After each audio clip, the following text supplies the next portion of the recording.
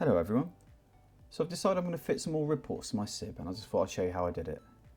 Now I'm definitely no expert and there might be better tutorials out there, but I couldn't find a lot on the internet, so I thought I'd do it, and seeing as it was worked quite well, I just thought I'd show you how I did it and then hopefully it helps someone out.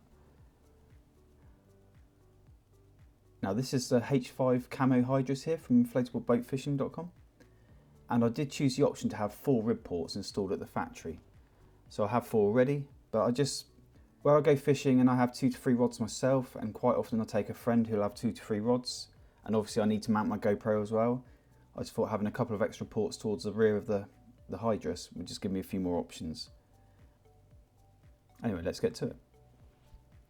Okay, and the bits I've used. So I've obviously got the Railblaza ribport here, and I'm fitting 2 of these today. They do come with a sticky pad, which will probably be fine for just camera mounting, but because I've wanted the option of putting rods in it as well, I've decided not to use a sticky pad and I've gone for 2-part glue here. So the 2-part glue, I've got a tube of glue and hardener there, and I got this from inflatableboatfishing.com, where I got the boat from. So I've got the glue, the hardener, a paintbrush and a tub there to mix and applicate it, and then masking tape and a ruler just to measure out where I'm going to put the ports.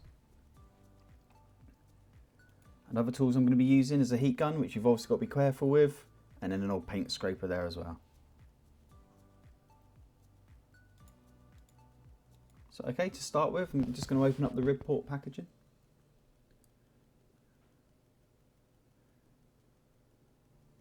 So you get instructions, which I'm going to bin off because that's for the sticky pad and we're not going to use that. So obviously sticky pad can go in the bin as well.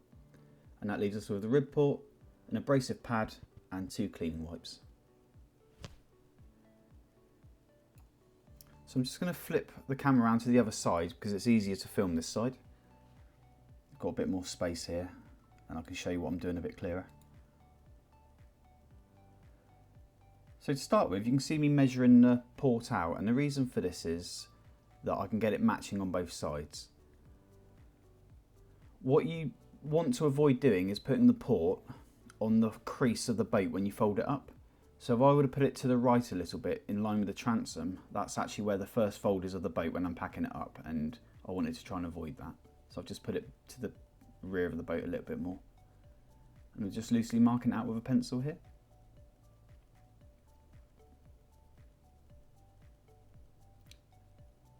So I've just marked one corner, and I'm just going to heat the ribport up because it's a flat port in the packaging and I'm putting on a round tube. So I'm just heating it up a little bit to give it some flexibility, and then when I put it back on the boat I can bend it around and mark it out properly.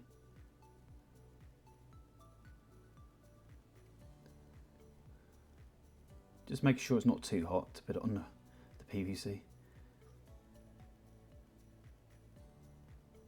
That's much better now. I can get it and I can bend it around a little bit more and mark out the rest of the outline.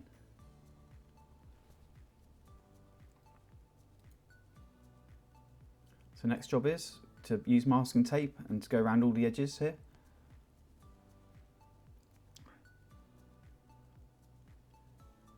To get it to go around the curve, I just tore off a load of smaller bits and gradually followed the curve line.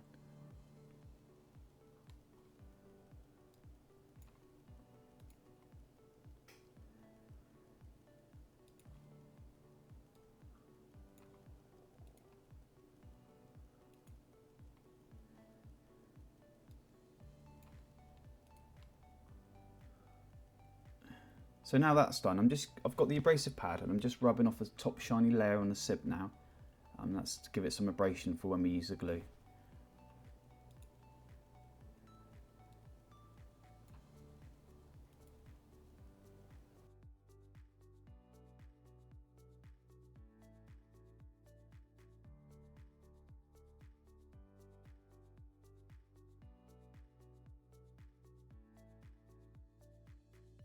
There you go, look at the difference there. So I'm just going to use the wipes that came with the ribport, and we're just going to give it a good clean up now to make sure that when we use the glue it's got a nice clean surface to stick to.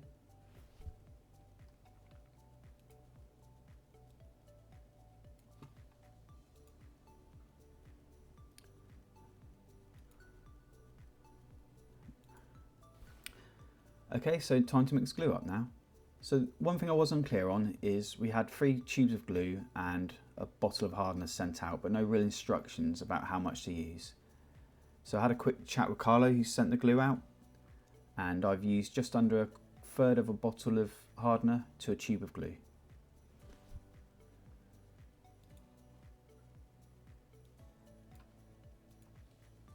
There you go. I put the hardener in, we'll give that a good mix up.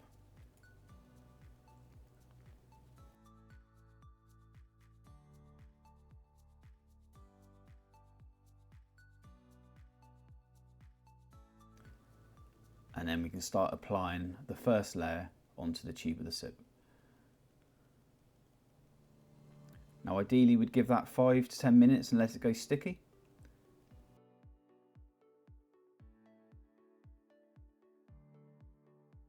And then we give it a second coating.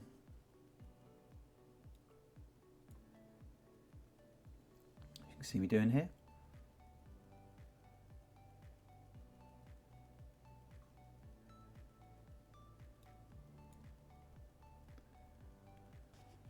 So that's had 2 good coats now.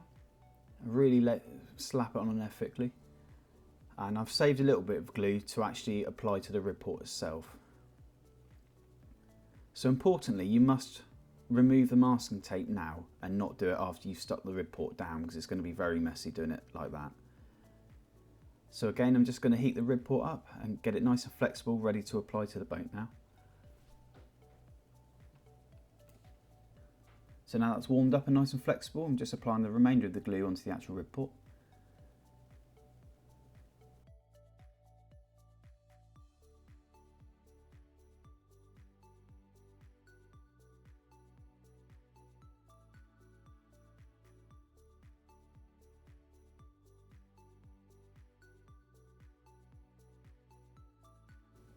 And now I'm carefully placing the ribport onto the patch of glue we've got marked out.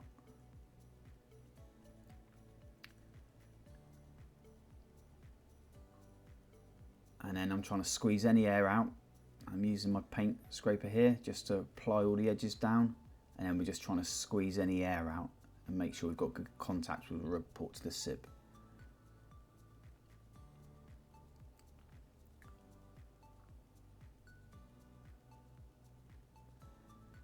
So one thing worth mentioning that I probably haven't mentioned already is I didn't have the SIB fully blown up for this. I let a little bit of air out, so there's some flex in here. And there you go, just making sure it's applied properly. It's not looking too bad at the moment. I might have put a little bit too much glue on the edge of the port and it's just seeping out over the edges, but to be honest, it's a pretty neat job for me. There we go, I'm just making sure the edges are stuck down again, keeping the pressure on while I'm doing it. So now I'm happy with the port. It's just time to put some weight on it now and leave it overnight and let the glue set. So like I mentioned earlier before, I've let the tubes down slightly here to take a bit of the air out, and I've just used a bag of compost and I've put it over the top and I've left it overnight. And here's the port the next day. So you can see it's just slightly got a little bit of a smear of glue line around the outside edge.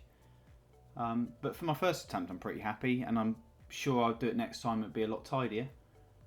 But I've used this SIB probably 4 or 5 times now since I've had these ports put on, and they will not budge. They are absolutely stuck hard on there. Right, that's it, all done. So in hindsight, if I was to do this again, I'd probably put the ribport just to the right of the transom instead of just to the left in this photo shown. And the only reason for that is when I take a friend on board, because he's got all his gear, I put all of my tackle box and all of my gear to the back of the boat. Now this just means I've got to lean over that to reach this ribport, and it's a little bit too far to reach for a rod holder for my liking, but it's absolutely perfect for a camera mount. Solo wise, when all of my gear's at the front of the boat, this is absolutely fine. So I'm happy with where it is, but just with hindsight, I'd probably move it just a little bit further up the boat.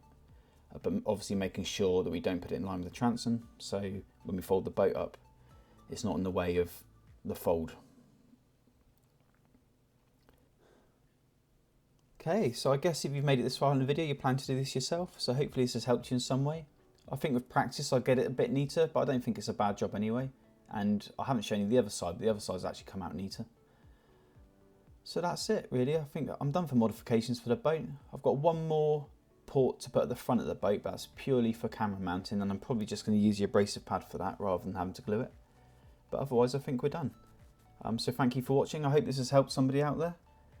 Any questions, let me know, and I'll put a link in the description to the bits I've used and where I got them from. But thank you guys, thanks for watching, and I'll see you soon.